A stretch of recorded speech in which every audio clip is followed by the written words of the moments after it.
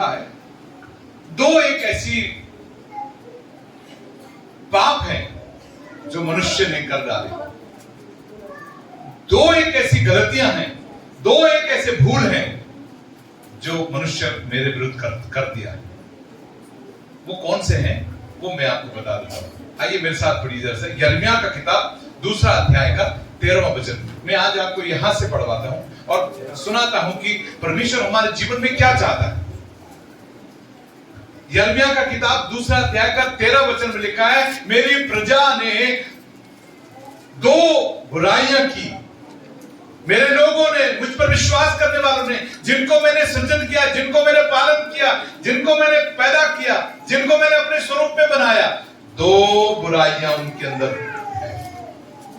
Hallelujah. पहला बुराई, उन्होंने मुझसे, मुझ बहते जल के सोते से को त्याग दिया। आमीन। हालेलुया। आप समझ रहे हैं? पहला बुराई क्या? परमेश्वर के बहते हुए सोते से पीना छोड़ना सबसे बड़ा बुराई। आप दुनिया में अपने आप को तृप्त करने के लिए दुनिया में घूम गए, लेकिन परमेश्वर के सोते को छोड़ दिया। अब घर घर घूमे, पूरी दुनिया में घूमे, पूरे पहाड़ों में घूमे, पूरी नदियों में गए, घर घर गए, गली गली गए, ताकि तुम तृप्त हो। लेकिन दरअसल स्वयं परमेश्वर तुमको तृप्त करना चाह रहा था। तुमने पहली बुराई किया, तुमने अपने परमेश्वर के सोते को त्याग दिया। दूसरी बुराई क्या था?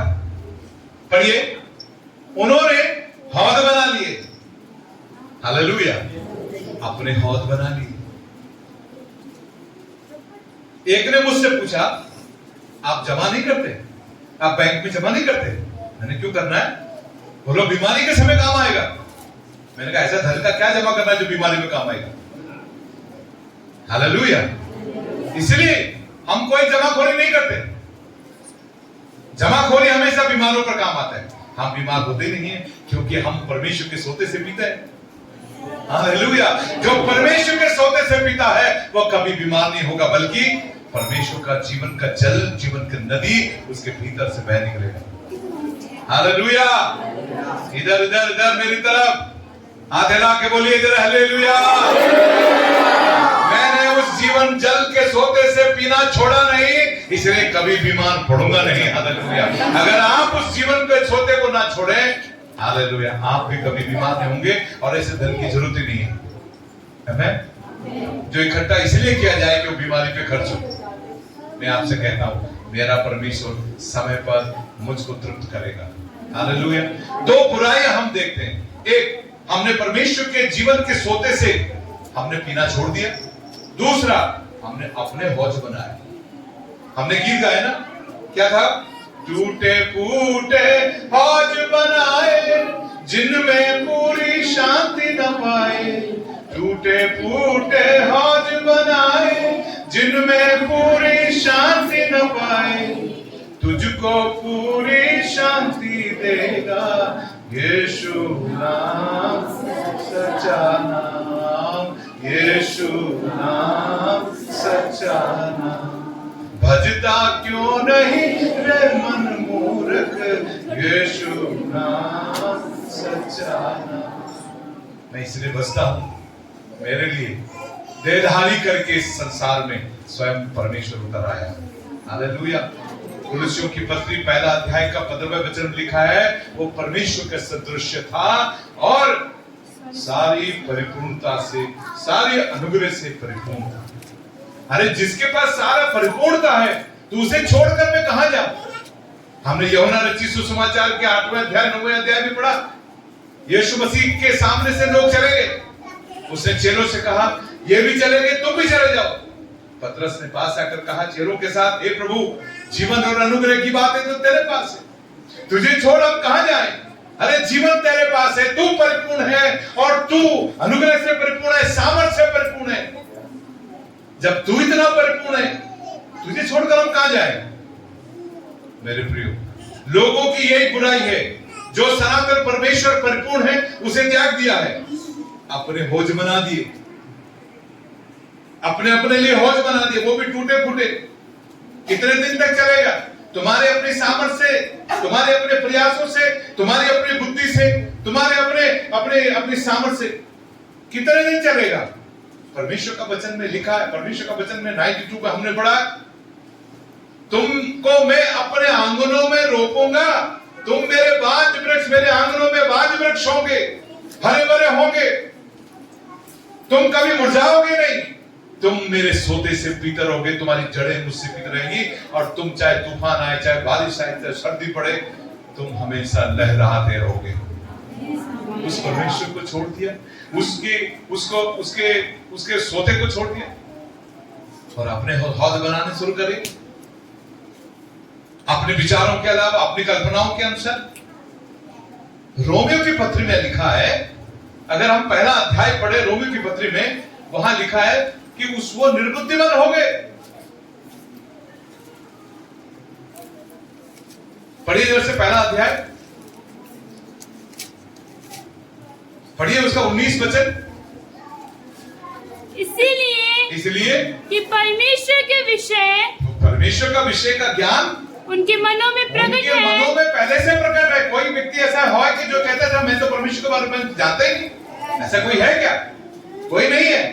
सब लोग अपने परमेश्वर, अपने सृजनहार के बारे में जानते हैं, फिर भी उसके सोते को छोड़ दिया, अपनी कल्पनाओं के अनुसार अपने अपने लिए अपने अपने गुरु बटोर लिए, अपने कानों की खुजली के कारण अपने अपने गुरु बटोर लिए, जो अपनी अभिलाषाओं के अनुसार लिखा है, अपनी अभिलाषाओं को पूर्ति के अनुसार, ताकि तुम्हारी अभिलाषाएं पूरी हो जाए। तुमने अपने अपने लिए हौज बना लिए, अपने अपने देवता बना लिए, मनगढ़ंत बना लिए। लिखा है इस बात के लिए, क्या लिखा है बेटा? क्योंकि परमेश्वर के विषय का ज्ञान, परमेश्वर का विषय का ज्ञान उनके मनों में प्रकट है, क्योंकि परमेश्वर ने उन पर प्रकट किया है, क्योंकि परमेश्वर ने उनके मनों में प्रकट किया है। आप ये नहीं कह सकते कि सूर्य तुम्हारे परदादा ने बनाया। आपको ये मालूम है कि सूर्य किसी सुपरनेचुरल है, वो अलौकिक है, वो परमात्मा ही है जिसने इसे बनाया, जिसने चंद्रमा बनाया। तुमने तो उसी को देवता बना लिया, कहा कि वो तो कुंती के साथ आ गया, उसने जो कर्ण को पैदा कर दिया। अरे क्या मूर्खता की बातें कर रहे हो? आपकी धरती के हजारों गुना बड़ा वो सूर्य, वह कोई मनुष्य नहीं है। लेकिन तुम्हारी कल्पनाओं ने कारण तुमने परमेश्वर की उस सोते को छोड़ दिया, इसलिए व्यर्थ कल्पनाएं करने लगे। तुमने परमेश्वर को अपनाना नहीं चाहा, तुमने क्या किया? अविनाशी परमेश्वर की महिमा को नाशवान मनुष्य और पक्षियों और चौपायों और रेंगने वाले जंतुओं की मूर्तियों के समान में बदल दिया। 24 में इस कारण परमेश्वर ने उनके मन के भ्रष्ट अभिलाषा के अनुसार उन्हें अशुद्धता के लिए छोड़ दिया, उस जीवन के सोते से छोड़ दिया, उस परमात्मा को छोड़ दिया। कभी याद किया मुझको मेरी मां के गर्भ में किसने रचा? कभी याद किया इस बात के लिए मैं किसके स्वरूप में बना गया? कभी याद किया मेरे भीतर किसका आत्मा है? कभी याद किया इसको? तुम्हारा गुरु कौन है?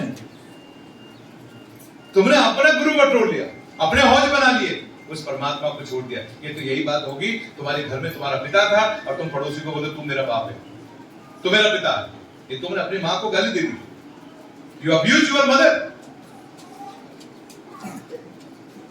काका बहुत हो सकते हैं, मामा बहुत हो सकते हैं, चाचा बहुत हो सकते हैं, लेकिन बाप तो एक ही होगा ना, पिता एक ही है। हम सब उसकी संतान हैं। उसे छोड़कर और कहां जाएंगे हम?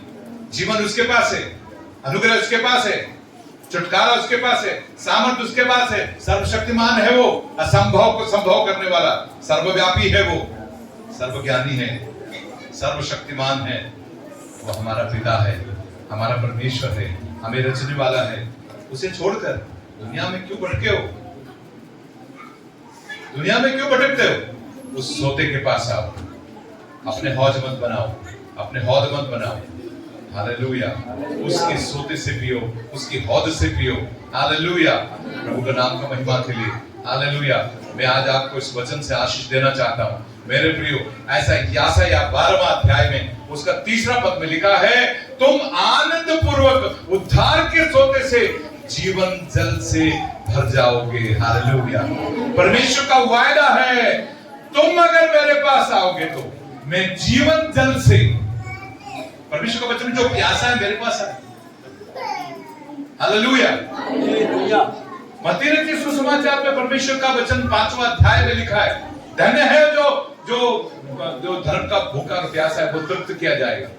अगर वाकई तुम परमेश्वर की धार्मिकता के प्यासे हो, तो परमेश्वर की धार्मिकता के भूखे हो, तुम तृप्त किए जाओगे। हालेलुया। परमेश्वर का वचन याशाया का 12वां अध्याय उसका 3 वचन मेरे सामने लिखा हुआ है, तुम आनंद पूर्वक उद्धार के सोतों से जल भरोगे और तृप्त हो जाओगे। हालेलुया। आगे क्या लिखा भैया? और उस दिन तुम कहोगे, यहोवा की स्तुति करो, उससे प्रार्थना करो, सब जातियों में उसके बड़े कामों का प्रचार करो और कहो कि उसका नाम महान है। जिस दिन तुम उसे चख लोगे। मैं अक्सर एक गीत गाता हूं, हालेलुया, क्योंकि मैंने उसे चखा है। कल रात्रि काल में सवाल पूछ रहा था कि कौन प्रेम का बयान कर सकता है, कौन प्रेम को व्यक्त कर सकता है? केवल वही व्यक्ति जिसने उस प्रेम को चखा है, अनुभव किया है। इसलिए कल सवाल पूछ रहा था कि यीशु मसीह के 12 चेलों में से सबसे अधिक यीशु मसीह किसे प्रेम करता था? किसको करता था? यूहन्ना को करता था। आमीन। और यूहन्ना को देखा गया उसमें कि यूहन्ना सदैव यीशु मसीह के कंधे पर सर लगाता था, उसकी छाती पर सो जाता था। आमीन। उसकी जितनी पत्रियां लिखी हुई है, चाहे सुसमाचार की हो और चाहे उसके पहला पत्री, दूसरा पत्री, तीसरा पत्री हो, और चाहे प्रकाशित वाक्य हो, वहां पर केवल और केवल उसने परमेश्वर के प्रेम का वर्णन किया है।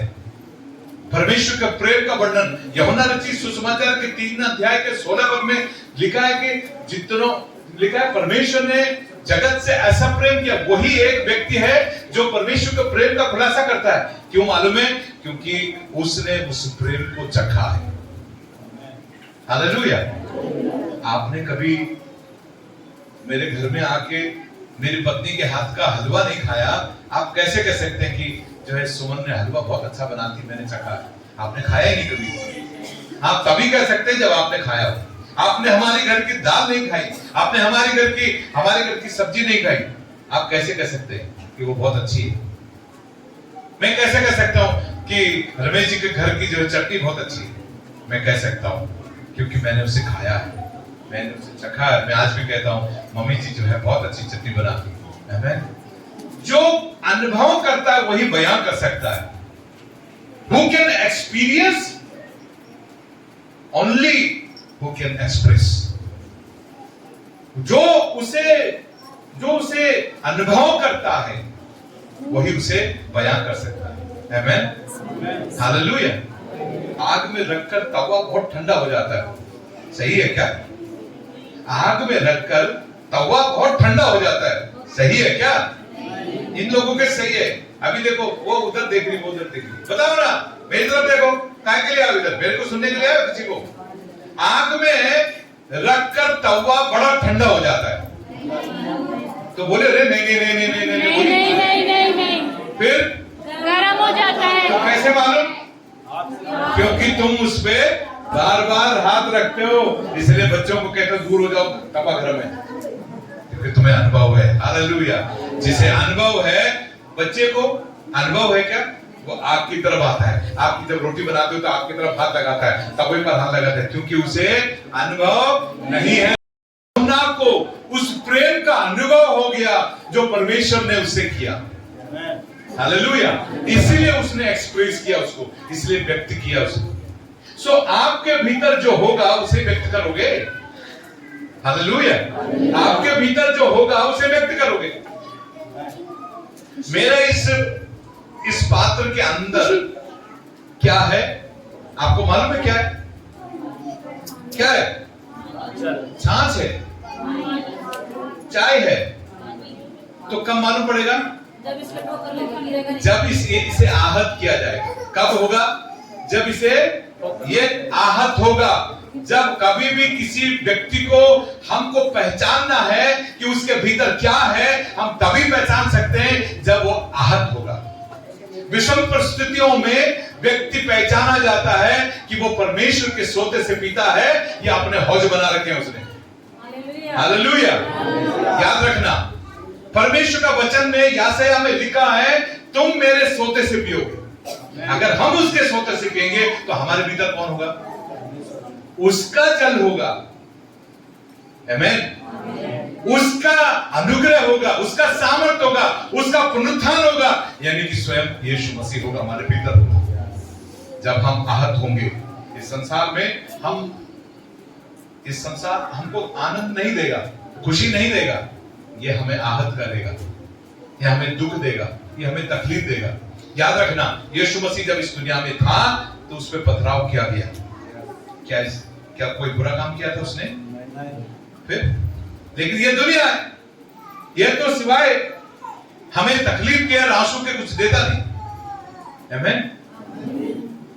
क्या यीशु मसीह ने उस समय जब उस पर पथराव किया गया, क्या उसने अपने संयम का परिचय नहीं दिया? क्या उसने अपनी पवित्रता का परिचय नहीं दिया? क्या उसने ये परिचय नहीं दिया कि वो परमेश्वर से आया हुआ है? क्या उसने ये परिचय नहीं दिया कि वो परमेश्वर का पुत्र है? क्या उसने ये परमेश्वर का महिमा नहीं किया? क्यों? क्योंकि जो उसके भीतर था, जब उसे आहत किया गया तो उसने वही बाहर किया जो उसके भीतर था। इस पात्र के अंदर यदि दूध है और यह आहत होगा, ये गिर गया, तो इसमें से जो होगा वो ही गिरा जाए, वो ही बाहर आएगा। अगर खाली था तो खाली होगा, अगर जल है तो जल बाहर आएगा। आमीन। आपके जीवन में यदि आप परमेश्वर के हैं, यदि आप परमेश्वर से हैं, तो आप उसके पुत्र यीशु मसीह के द्वारा उद्धार पाए हैं। तो कौन है मेरे भीतर? मैंने अपने आप को इस संसार के लिए मार दिया, मैंने इस संसार और उसके पाप के लिए अपने आप को कलवरी के क्रूस पर चढ़ा दिया है। मैं अब जीवित नहीं हूं पाप के लिए, बल्कि मसीह मुझ में जीवित है। कब मेरे द्वारा मसीह प्रकट किया जाएगा? जब मैं इस दुनिया में आहत किया जाऊंगा। हालेलुया। विषम परिस्थितियों में। हालेलुया। याद रखना, आप वाकई सन्यासी हैं कब मालूम पड़ेगा? जब आप आहत किए जाएंगे। मैंने देखा बहुत से सन्यासी चिमटा लेके आ जाते हैं, तो मालूम पड़ गया उसके अंदर परमेश्वर ने दुष्ट आत्मा है। गाली गलौज बकना शुरू कर देते। मैंने देखा इस बात की, मारपीट करना शुरू कर देते, क्योंकि उनके भीतर जो है वो बाहर आ गया। लेकिन मसीहों के भीतर मसीह निवास करता है, क्योंकि हम उसके सोते से पीते हैं। आहत होंगे तो हमारे भीतर से मसीह प्रकट होगा। उसके सोते से पिएंगे और उसके अनुग्रह से चलेंगे। यूहन्ना 7वां अध्याय में उसका 37 वचन में लिखा है, यदि कोई प्यासा हो तो मेरे पास आए। हालेलुया। मेरे पास आए, मैं उसको जीवन जल से पिलाऊंगा, वो तृप्त होगा, उसके भीतर से वो जीवन की नदियां बह निकलेंगी। याद रखना, जीवन की नदियां। मैंने 30 साल पहले इसे पिया था, तृप्त हुआ, वो जीवन की नदी मेरे भीतर से आज लाख लोगों ने पी लिया, और लाख लोग आज उस पानी को पीकर, जीवन जल को पीकर तृप्त हो गए। आज आप जितनों ने उस जल से पिया वो तृप्त हो गया। आमीन। आपके भीतर जो है वो बाहर आएगा। इसलिए 2 गलतियां, 2 पाप जो मनुष्य ने किया, उससे फिर आओ। एक, वापिस परमेश्वर के सोते पर आ जाओ, ताकि उसके सोते से पियो, ताकि तुम्हारे भीतर है वो जीवन जल हो, कि जब तुम आहत हो तुम्हारे भीतर से वो जल बाहर आए। दूसरा, अपने हौज बनाना छोड़ दो, अपने बुद्धि को इस्तेमाल करना छोड़ दो। परमेश्वर का वचन तो अपने बुद्धि का सहारा मत लेना। 37 भजन संहिता में लिखा है, तू अपने परमेश्वर पर भरोसा कर, चुपचाप रहे, वो तेरे मनोरथों को पूरा करेगा। हालेलुया, तेरे मनोरथों को पूरा करेगा। याद रखिए, आप मसीह हैं, आप परमेश्वर के हैं, आप परमेश्वर के द्वारा नया जन्म पाए हुए हैं। कुरिन्थियों के पत्र में लिखा है, दूसरा कुरिन्थियों 6वां अध्याय का 19 पद में लिखा है, तुम तुम्हारे नहीं हो, तुम मोल ले लिए गए हो, तुम छुड़ा लिए गए हो, तुम दासत्व से मुक्त कर दिए गए। हालेलुया। इब्रानियों के पत्र में लिखा है, दूसरा अध्याय का 14 वचन में लिखा है, जैसे हम मांस और लहू में थे, वो भी मांस और लहू में हमारे समान इस धरती पर आ गया। और हमें उससे, जिसे मृत्यु पर शक्ति मिल रही थी, उस शैतान से हमको, उस शैतान को हमारे लिए निकम्मा कर दिया।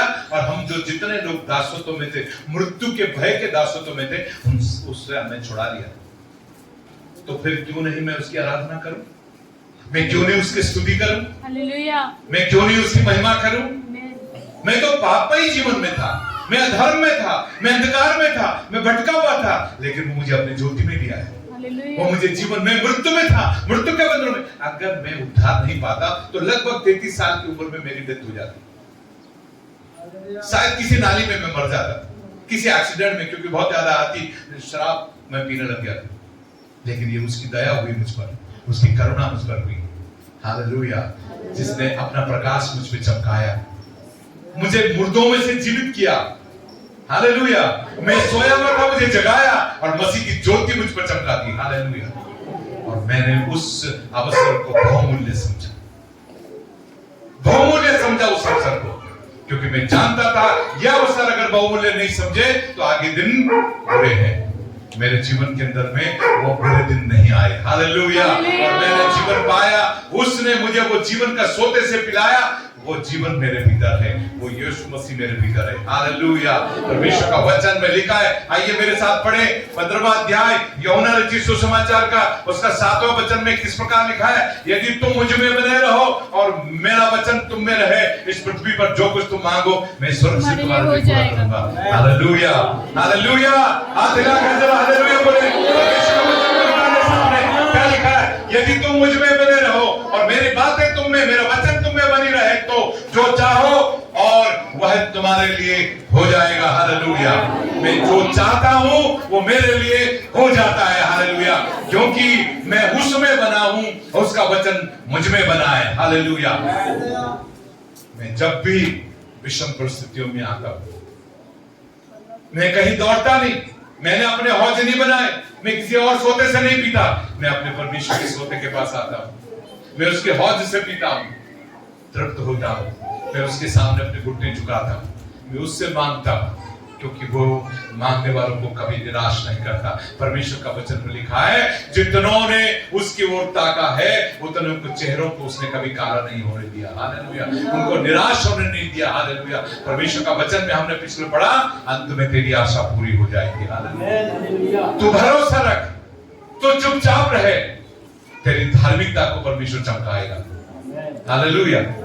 क्या लिखा है जी, यदि मेरा वचन तुम में बना रहे और मेरी बातें तुम में बनी रहे, हाँ, तो जो चाहो मांगो, जो चाहो हो जाएगा, वो तुम्हारे लिए हो जाएगा। एक और वचन मेरे साथ पढ़ लीजिए, रोमियो की पत्री, यूहन्ना की पत्री 8वां अध्याय का 31 वचन। यदि तुम मेरे वचन में, मेरा जीवन जल तुम्हारे भीतर बना रहे तो, मेरा वचन तुम्हारे भीतर बना रहे तो तुम मेरे चेले ठहरोगे। हालेलुया। तुम मेरे चेले ठहरो। पढ़िए जैसे क्या लिखा है, तब यीशु ने उन यहूदियों से, नहीं, तब यीशु ने उन यहूदियों से जिन्होंने उनकी प्रतीति की थी कहा, यदि तुम मेरे वचन में बने रहोगे तो सचमुच में मेरे चेले ठहरोगे। हालेलुया। और चेला अपने गुरु का अनुसरण करता है। आमीन। चेला जो परमेश्वर का वचन लिखा है, मेरे से भी बड़े काम करोगे तुम, दिखा है कि नहीं, मेरे से भी बड़े काम करोगे। हालेलुया। मैं आपसे कहता हूं वो तभी होगा जब उसका वचन हम में, उसका जीवन जल हम में बना रहे। हालेलुया। वो हमारे भीतर से प्रकट होना चाहिए। गलतियों की पत्री हमने पढ़ा, उसका पहला अध्याय का 16 पद में लिखा है, मुझे परमेश्वर ने मेरी मां के गर्भ में रचा ताकि वो अपने पुत्र को मेरे द्वारा प्रकट करे। हालेलुया। आपको परमेश्वर ने इसलिए बुलाया ताकि आपको पहला वो स्वर्गीय बनाए, दूसरा आत्मिक बनाए, अपना पुत्र बनाकर अधिकार दे और तुमको अपने पुत्र के स्वरूप में बना फिर से रचे। आमीन। और तुमको अपने जीवन में अपने पुत्र के स्वरूप की पहचान में पढ़ने वो तब होगा जब उसका वचन, उसका जीवन जल हमारे भीतर बना रहेगा। जब यीशु मसीह जो जीवन है, जो स्वर्ग से रोटी उतरी, जब हमारे भीतर होगी। अगले संडे हम प्रभु भोज में शामिल होंगे। उस रोटी को खाकर यीशु मसीह को अपने भीतर रख लें, वो जीवन के सोते को अपने भीतर रख लें, वो जीवन की नदी को अपने भीतर रखें। याद रखना, साधारण जीवन बिताना परमेश्वर को अच्छा नहीं है। यरदन नदी में पानी बहता तो किसी काम का नहीं है, लेकिन लोग यरदन नदी के बाढ़ का इंतजार करते हैं। यरदन नदी के अंदर खेती नहीं होती, यरदन नदी के बाहर खेती होती है। अब यरदन नदी का पानी बाहर कैसे आएगा? बाढ़ नहीं आए तो। इसलिए बाढ़ आती है और वो बाढ़ अपने किनारों को तोड़कर खेतों को सींच जाती है और उसका नतीजा ये होता है कि पूरा इलाका हरा भरा हो जाता है और फलवंत हो जाता है। मेरे प्रियो, साधारण जीवन में कुछ होना जाना नहीं है। आपके भीतर से वो जल उमड़ना चाहिए, वो नदी बाहर आना चाहिए। लिखा है, जो मेरे जल जीवन जल से पिएगा उसके भीतर से जल की नदियां बह निकलेगी, बाढ़ आ जाएगी ताकि दूसरे लोग भी तृप्त हो जाएंगे। Hallelujah, hallelujah. हमको परमेश्वर ने चेले होने के लिए बुलाया। हालेलुया। मैं यहाँ समाप्त कर रहा, हो सकता है अगले वीक में और आगे आपके साथ बात करूं। इस गीत के साथ हम यीशु मसीह के चेले दुनिया में धूम मचा देंगे। हालेलुया। आइए इस गीत को गाएं और हम अपना दान, अपना दशमांश पूरा अपने परमेश्वर के सामने